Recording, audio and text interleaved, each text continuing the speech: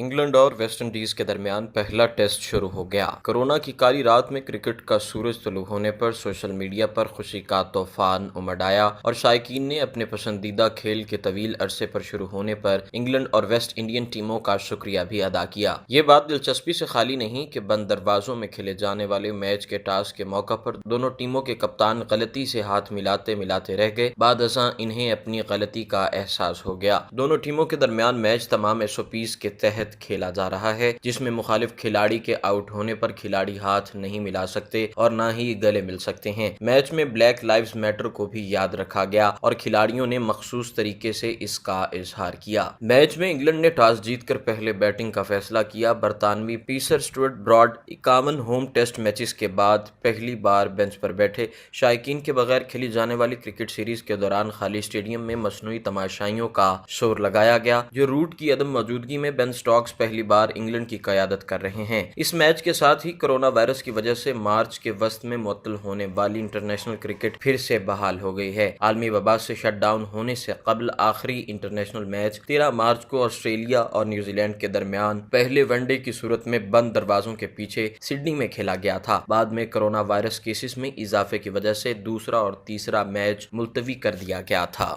اگر آپ نے ابھی تک ہمارا چینل سبسکرائب نہیں کیا تو ابھی سبسکرائب کریں اور بیل آئیکن کو کلک کر کے ہماری لیٹسٹ ویڈیوز کے بارے میں اپڈیٹ جانیں۔